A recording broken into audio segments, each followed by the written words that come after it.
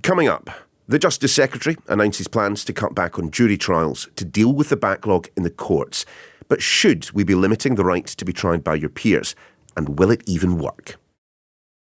Hello, Nish Kumar here. And Coco Card. And we're dropping in from Pod Save the UK. We're your weekly fix of political news from a staunchly progressive perspective. And we cover a variety of topics, from infighting in the Labour Party to infighting in your party to infighting in the Conservative Party. And don't forget the woke sandwiches. We're here for every made-up culture war. What is your woke sandwich filling of choice, by the way? Tory tears. Listen to Pod Save the UK every Thursday, wherever you get your podcasts.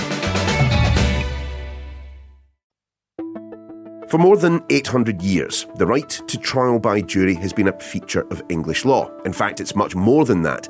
It's been a fundamental principle of the criminal justice system from the year 1215 and the signing of Magna Carta. But fast forward to the present day, and we find courts that are frankly unfit for purpose.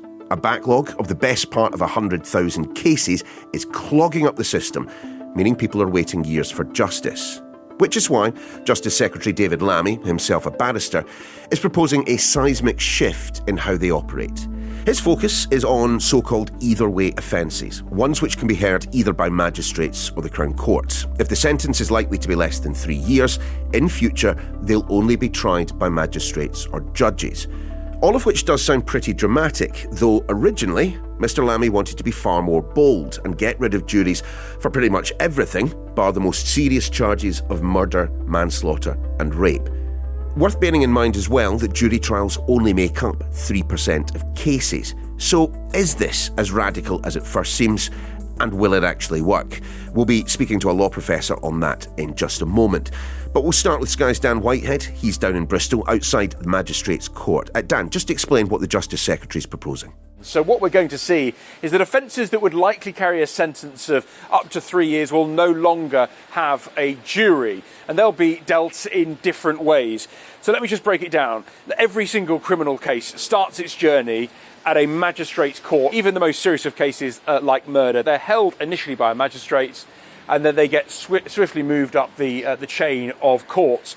Most serious indictable cases, like murder, rape, terrorism, they go to Crown Court, and they still will. Summary cases, low-level offences, will still be held by magistrates' court. What the big change is today is something that we call either-way offences. So these are crimes such as theft, burglary, fraud, things like assaulting an emergency worker, financial crime, that sometimes can be heard in a magistrate's court. Sometimes a magistrate may say, no, it's too serious, that needs to go up to the Crown Court. Now, part of David Lammy's reforms is that they're going to create a new Swift Court within the Crown Court. And so rather than a jury hearing those cases, it'll be a single judge that makes those decisions. And David Lammy believes that that reform will be 20% quicker than having a jury-formed case, and try and ease this backlog, which looks like it could get to 100,000 cases by 2028. That is ultimately the reason that David Lammy is, for some in the legal profession, thinking the unthinkable, that there is this massive backlog. What are the problems with that? I've been covering courts for nearly 2 decades, and you can see the problem getting worse. I've been inside court in the last few months where you get defendants being brought in late, travelling from prisons 2, 3, 4, 5 hours away. Staffing issues inside the courts. There's simply not staff to be able to receive the prisoners in. There are limitations on judges' sitting hours.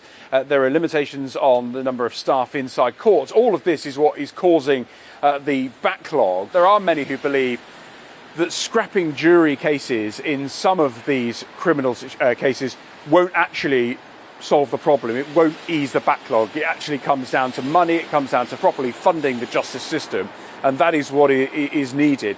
You know, the impact of having these delays in the justice system is that you get many of the most serious cases. Let's look at rape cases. You get many victims having to wait so long. For them, it's simply too painful. So they withdraw their case. This morning, I was with a victim of sexual abuse. Now, he was abused when he was 15 years old. He went to the police years later, in 2016. It was 8.5 years later that his attacker was convicted in November last year. He had to wait for 8.5 years. He told me about times that he was on the train in his suit going to court for the start of the trial, and then the case, a completely separate case that was in the court being heard, overran. And he thought, OK, day or two delay. No, they said it's going back to the back of the queue, it'll be 12 months. And that is a sexual abuse victim on their way to court on the first day of their trial. So the psychological toll for victims like that is absolutely huge and has a massive impact. Now, the Justice Secretary has said that he wants these reforms to put those sorts of victims front and centre. It is for them that we need to speed this up, because the pain that they're feeling in these very long waits, it simply can't be justified, and the reforms need to come. Dan, you mentioned sexual abuse there. I mean, there are crimes of a sexual nature for which a sentence of above 3 years would not be handed down, that would be seen without juries. There are crimes such as burglary, which might not carry that more than 3 year sentence, which again would be seen just by a magistrate. For David Lammy to describe those as not as serious offences is something. But I mean, if you're the victim of either of those crimes, I suspect you wouldn't feel the same. Yeah, and of course, that is the big debate following these proposals and this announcement. There are victims to every single crime, and of course, that crime against that person is the most serious thing that has probably happened to them, and they want their day in court, and they want justice. So there are plenty of people who are very vocal against this. And there are also concerns as well about the judges in question. I was speaking to a senior partner at a law firm in Bristol in the last hour or so, who was saying that he's aware of judges who are quite fearful of these reforms because they're worried about intimidation against them. He said that nobody knows who is going to be on a jury. You know, when you're in court and a jury is selected, they bring in a big pool of people and they select those jury members, and you don't know right up until the last minute who's going to be on the jury. There are judges who are concerned about this because judges are known in the community. They're known that they're a judge, and they fear that there could be intimidation. Let's say now that there are more serious cases that are simply going to be decided by a single judge. Who's to say that they won't be approached and intimidated by people connected and the defendants in that case? So that is a real concern for some of the lawyers and the judges in the legal system. Dan, as you've outlined, there have been a range of responses to the Lammy plan, from outright support to downright criticism. I suppose the one thing that everyone can agree on, though, is that something needs to be done, because right now the system isn't working. I mean, it really is buckling. So as a reporter who spends time in court, I see this on a day-to-day basis. I'm dealing with criminal cases at the moment that we're reporting on Sky News, and you could be shocked about the next case dates and the next dates put in the diary to the lawyers and the barristers in court. In some cases, if the problem persists, we're hearing that it could be 2030 before some cases are heard. So something absolutely has to be done. Look, the critics of the Justice Secretary's plan will say that removing juries may slightly speed up some of those cases, but actually juries are not the problem. Actually, it comes down to money. It comes down to putting more money into the system. Bristol Crown Court, less than 500 metres away from here, at least one or two courtrooms aren't in use each day. There are courtrooms that across the country, not just of course here in Bristol, that are in disrepair. There are staffing issues. There are time restrictions. All of that, lawyers say, could be sorted with significant financial investment in the courts, in the judiciary. And look at the prison system. We've heard from the Justice Secretary today, since his announcement 3 weeks ago about a crackdown on prisoners being released by mistake. Another 12 have been released and 2 are still at large. It is all interconnected because lots of these prisoners who are mistakenly released have gone through the court system. There are brief court hearings, not full trials, that link to their release.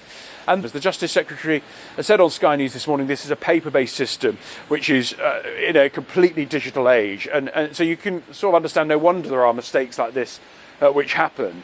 But absolutely, something has to be done. Many believe that scrapping juries is not the silver bullet.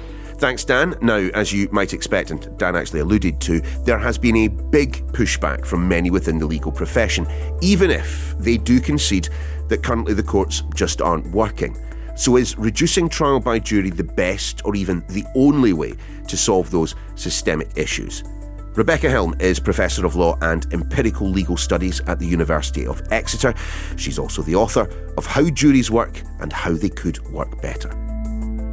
Rebecca, thanks so much for your time today. What are your first thoughts on that which you've heard from David Lammy? Do you think this is a workable solution to the problems that exist within the legal process? I do think that to some extent it's probably necessary to start reducing the number of jury trials, only because we do have these 78,000 cases waiting to be heard. We've had the Leveson review, which has said it would be very hard to tackle that backlog without taking some cases away from the jury. I do have some concerns about the types of case that are being taken away from the jury and the number of cases that are being taken away from the jury, which are both significantly more under David Lammy's proposals than they were under the recommendations from Leveson. But as things stand, currently within the judicial process, isn't the vast majority, the overwhelming majority of cases that pass through that process seen without juries? Yes, so currently a lot of cases are heard in the magistrates' courts, either by lay magistrates or by judges, but these tend to be very low-level offences at the moment, called summary-only offences.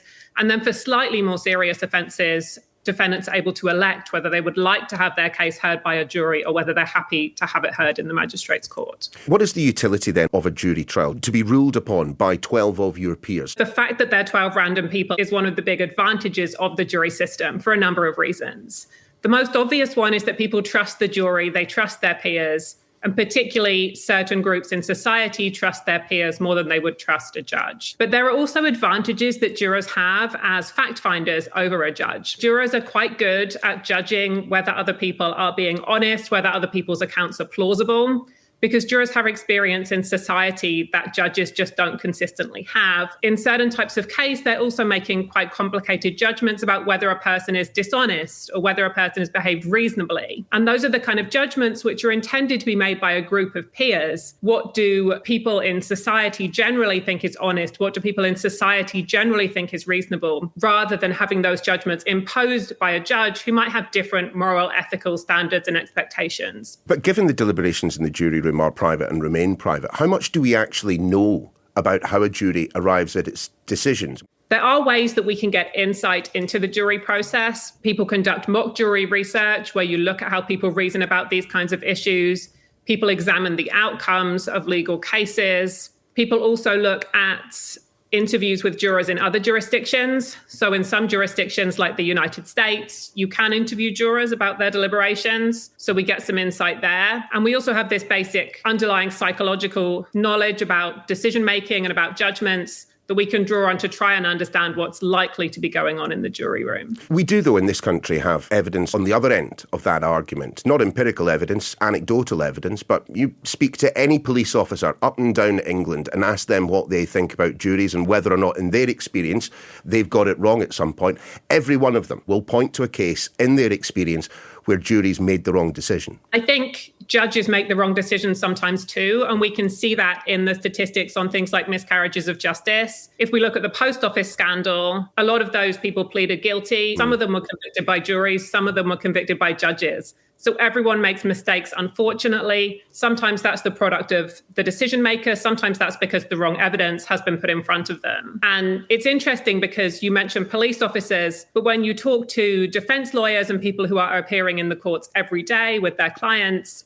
they say the opposite, and they really defend the right to a jury, both because they believe in that right, they think the jury is a good decision maker, and because they know that many of their clients feel most comfortable with cases being heard in that way. Rebecca, why would it be preferable to have 12 lay individuals with no experience of the law interpreting that law differently from someone who has spent their entire professional career studying, practicing, and sitting in judgment on the law? So what the jury does at the moment, they don't really make legal judgments. Even in jury trials, the judge will make determinations about what the law is, and they will explain to the jury what the law is.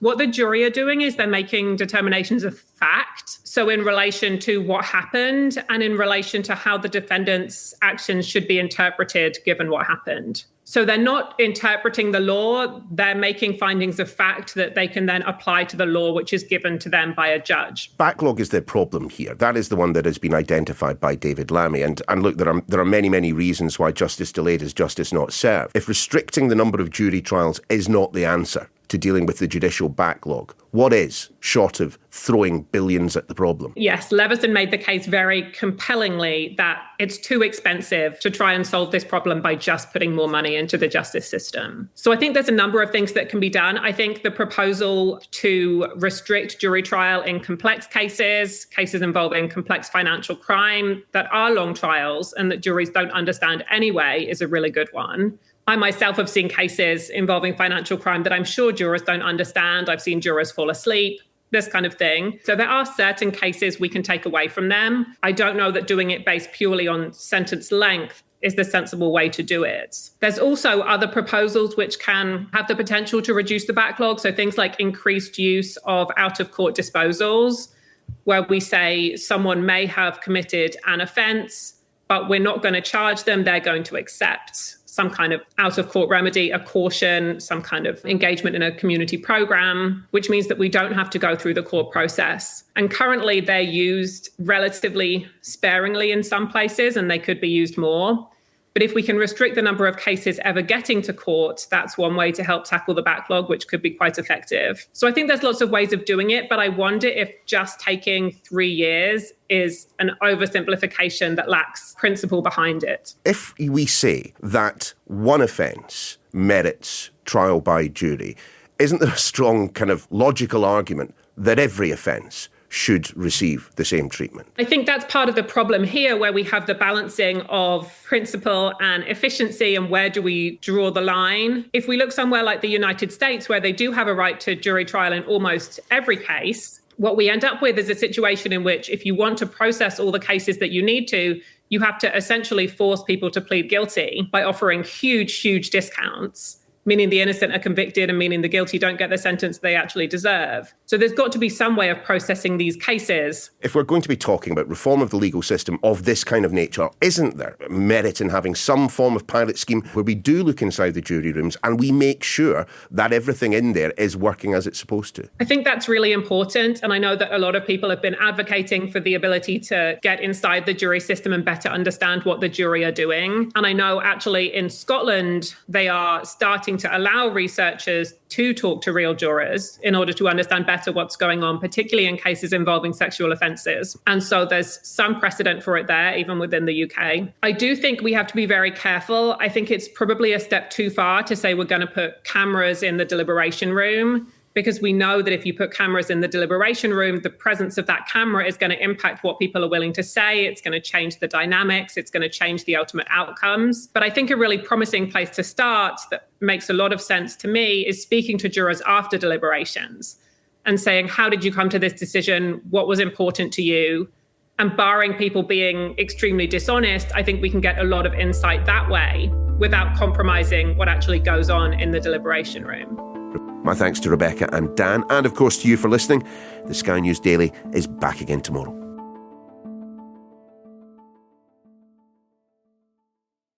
Hello, Nish Kumar here. And Coco Card. And we're dropping in from Pod Save the UK. We're your weekly fix of political news from a staunchly progressive perspective. And we cover a variety of topics, from infighting in the Labour Party to infighting in your party to infighting in the Conservative Party. And don't forget the woke sandwiches. We're here for every made-up culture war. What is your woke sandwich filling of choice, by the way? Tory tears. Listen to Pod Save the UK every Thursday, wherever you get your podcasts.